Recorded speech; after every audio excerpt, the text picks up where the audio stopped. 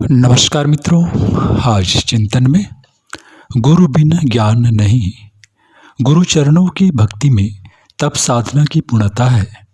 गोस्वामी तुलसीदास जी ने रामचरित का गान करने से पहले सद्गुरु के चरणों का चरित बखान किया है। श्री रामचरित मानस के बालकांड के प्रारंभ में मंगलाचरण के 7 श्लोकों व वंदना के 4 दोहों के पश्चात गुरु चरणों की महिमा का गान किया है। कलेवर की दृष्टि से अत्यंत लघु होते हुए भी भक्ति संवेदना की दृष्टि से यह प्रकरण महाविराट है। इसमें सद्गुरु चरणों के स्वरूप का दर्शन है, इसका आध्यात्मिक तत्व चिंतन है, साथ ही इनकी भक्ति का साधना विज्ञान है। इसका गुरु भक्ति में लीन साधकों के लिए विशेष महत्व है। इसके चिंतन मनन पठन पाठन व निध्यासन से अनेकों को अपने गुरुदेव का संग सुवास मिला है। उन्होंने दिव्य लोक में रह रहे अपने सद्गुरु की चेतना का संस्पर्श पाने में सफलता प्राप्त की। गोस्वामी जी के शब्दों का मांत्रिक महत्व है। इसकी गुणवत्ता तब शत सहस्त्र गुणित हो जाती है जब अंतस चेतना में इसका अर्थबोध समाहित हो जाए।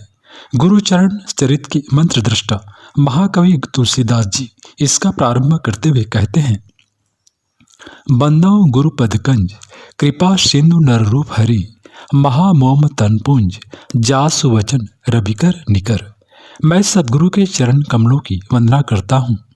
मेरे गुरुदेव कृपा के सागर और नर रूप में स्वयं नारायण हैं। उनके वचन महामोह के घने अंधेरों का नाश करने के लिए सूर्य किरणों के समूह है।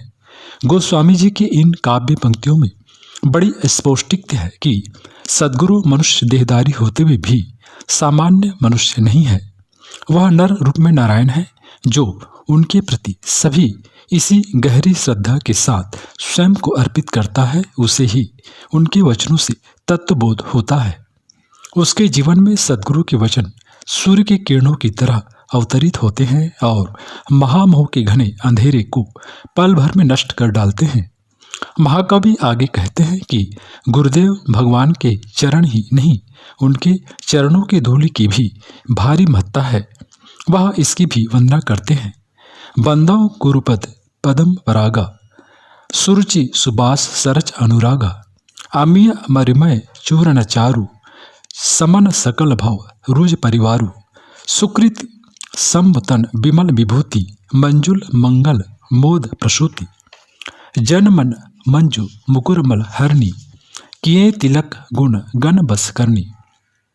सद्गुरु के चरण कमलों की धूलि की मैं वंदना करता हूँ। गोस्वामी जी का कहना है कि यह चरण रज साधारण नहीं है। इसको श्रद्धा भाव से धारण किया जाए तो इससे जीवन में कई तत्व प्रकट होते हैं। इनमें से पहला तत्व सुरुचि है। वर्तमान में हम में से प्राय सभी सुरुचि के अलावा कुरुचि से घिरे हैं। हमारी रुचियां मोह और इंद्रिय विषयों की ओर हैं। सुरुचि के जागृत होते ही उच्च स्तरीय जीवन के प्रति जागृति होती है। दूसरा तत्व है सुवास। गुरु चरणों की धूलि का महत्व समझ में आते ही जीवन सुगंधित हो जाता है। वासनाओं व कामनाओं की मलिन दूषित दुर्गंध हटने मिटने लगती है। इसके साथ ही तीसरा तत्व प्रकट होता है सरसता का, संवेदना का। निष्ठुरता विलीन होती है, संवेदना जागृत होती है। इन सारे तत्वों के साथ विकसित होता है अनुराग अपने गुरुदेव के प्रति। जीवन में गुरु भक्ति तरंगित होती है। गुरु चरणों की यह धूलि अमूल मूल या संजीवनी बूटी का चूर्ण है। इससे समस्त भवरोग अपने परिवार के साथ नष्ट हो जाते हैं।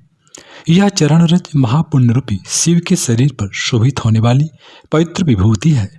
इससे जीवन में सुंदर कल्याण और आनंद प्रकट होते हैं। यह गुरु चरणों की रज गुरु भक्तों के मन रूपी दर्पण के मैल को दूर करने वाली है। इसे धारण करने से सभी सद्गुण अपने आप ही वश में हो जाते हैं। गोस्वामी जी के इस कथन में काव्योक्ति तो है पर अतिशयोक्ति जरा भी नहीं। सद्गुरु के चरणों में तब तेज झरता है। उनकी चरण धूलि धारण करने का अर्थ है कि हम गुरुदेव भगवान द्वारा बताई गई जीवन नीति की अनुगमन अनुसरण के लिए प्रतिबद्ध हो गए हैं। इससे कुछ भी असंभव नहीं है। महाकवि आगे कहते हैं, श्री गुरु पद नख मणि मन ज्योति, सुमिरत दिव्य दृष्टि ही होती, दलन मोह तमसो सप्रकाशु, बड़े भाग उर आवई जासु, उघरई बिमल विलोचन ही के, मिटहि दोष दुख भव रजनी के। सद्गुरु के चरण नखों की ज्योति मणियों के प्रकाश के समान है। इनके स्मरण से हृदय में दिव्य दृष्टि उत्पन्न हो जाती है। गुरुदेव के चरणों के स्मरण ध्यान से साधना जगत के महासत्य का बड़े ही सहज ढंग से साक्षात्कार हो जाता है। इससे हृदय में जो दिव्य दृष्टि उत्पन्न होती है, उससे साधक के जीवन में एक अपूर्व रूपांतरण होता है। जीवन का सारा अंधकार प्रकाश में रूपांतरित हो जाता है। बड़े भाग्यशाली होते हैं वे जी इस रूपांतरण की अनुभूति प्राप्त करते हैं। सद्गुरु के चरणों का ध्यान जब हृदय में प्रगाढ़ होता है तो हृदय के निर्मल नेत्र खुल जाते हैं। संसार की महारात्रि कालरात्रि विलीन विसर्जित हो जाती है। उसके दुख दोष भी मिट जाते हैं। हृदय के निर्मल नेत्रों के खुलने से ईश्वर तत्व का रामचरितमानस या परमात्मा तत्व का बोध हो जाता है। इसमें जहाँ जिस जगह मणिमाणिक के रत्न भंडार गुप्त पड़े हैं, सब के सब नजर आने लगते हैं। सद्गुरु के चरणों की कृपा से उलझी जीवन की पहेली सुलझ जाती है। मानव जीवन का रहस्य उद्घाटित उजागर हो जाता है। गुरु चरणों के ध्यान से उपजी दिव्य दृष्टि का प्रभाव बताते हुए गोस्वामी जी महाराज जी की काव्य पंक्तियां हैं। जथा सुअंजन अंजी दृग साधक द्विज सुजान, कौतुक देखत शैल बन भूतल भूरि निधान, गुरुपद रज मृदु अंजल अंजन, नयन अमी दृग दोष विभंजन। गुरु चरणों की रज को यानी कि गुरु चरणों से निकल रही तप तेज की किरणों का अपनी आंखों में अंजन लगाने से सारे दृष्टि दोष नष्ट हो जाते हैं। सामान्य क्रम में साधारण आंखों से सभी को सामान्य रूप से दिखता ही तो है, फिर भी प्राय व्यक्ति की विवेक दृष्टि दूषित होती है।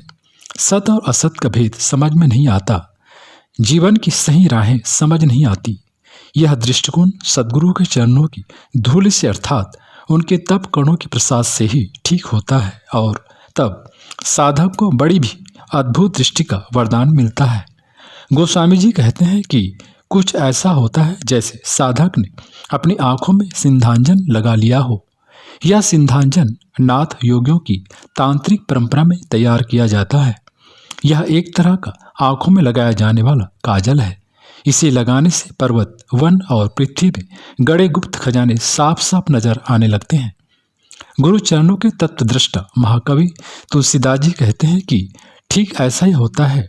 गुरु चरणों के झरने वाले तप तेज को अपनी आंखों में लगा लेने पर इससे ऐसी दिव्य दृष्टि का वरदान मिलता है कि संसार की ओट में छिपा हुआ ईश्वर तत्व बड़ा ही साफ नजर आने लगता है।